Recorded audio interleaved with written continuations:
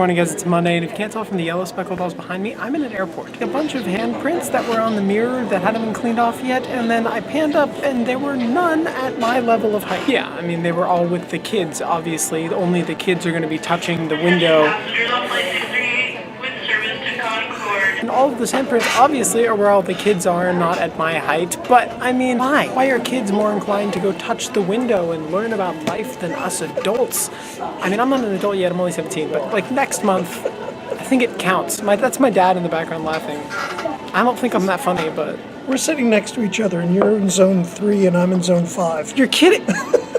So we have to board separately? So I made it back home. I didn't really do too much recording on the whole journey. I mean, all we really did was fly up there and come back. Nothing really like YouTube worthy going on there, but I'll still talk about what I discussed in the airport. Look, I know I'm not blowing your mind by telling you that adults aren't sticking their faces up to the window to see the planes take off and land, but when you think about it from a different point of view, it is kind of interesting that only the kids are going up there and we kind of lose our fascination after a while. And yeah, you can think about the fact that kids don't know that people have to clean the window after they stick their face or hands on it because that doesn't look good. Clearly the airport that I went to didn't mind that much, but it was cute, so I don't blame them at all. Plus it gave me an idea for this video.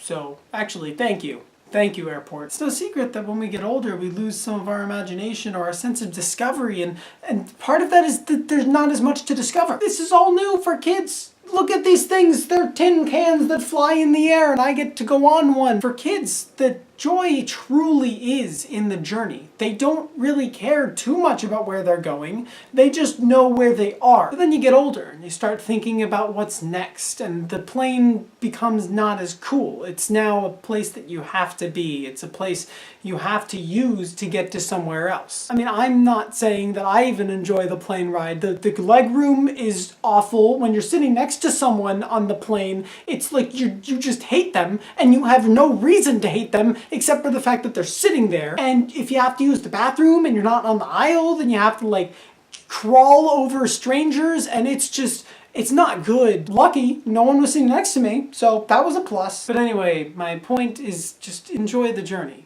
Whether that journey is in a plane or in a Volkswagen Beetle driving all the way down to Florida on an 8-hour drive, or anything at all, or the journey my dog is making to see me right now. Hi. Is this video cliched? Absolutely it is. I apologize for that. Am I petting my dog right now? Yeah, because, you know, why not? My point is, enjoy your own journey, whatever that may be. If it's flying on an airplane, if it's driving all the way back like we did, if it's even watching other people take their own journeys on their own airplanes. So I say this more metaphorically than I do literally because I don't want cleaning people to get mad at me, but press your face against more windows. Look out of them. You see it better that way. And in doing that, you just might make a pretty good video out of it. Guys, have a great week. I'll see you next Monday. Fun story, actually, on the plane. I fell asleep like this, and I was, like, out. And then apparently my head, like, fell off my hand. And you can imagine the kind of yell that I would let out there. I was able to manage to, like, keep it down to, like, a small yell, but it was still a yell nonetheless. And I did the thing that we all do. We do something embarrassing. You look around to make sure no one saw you, and everyone around me was asleep.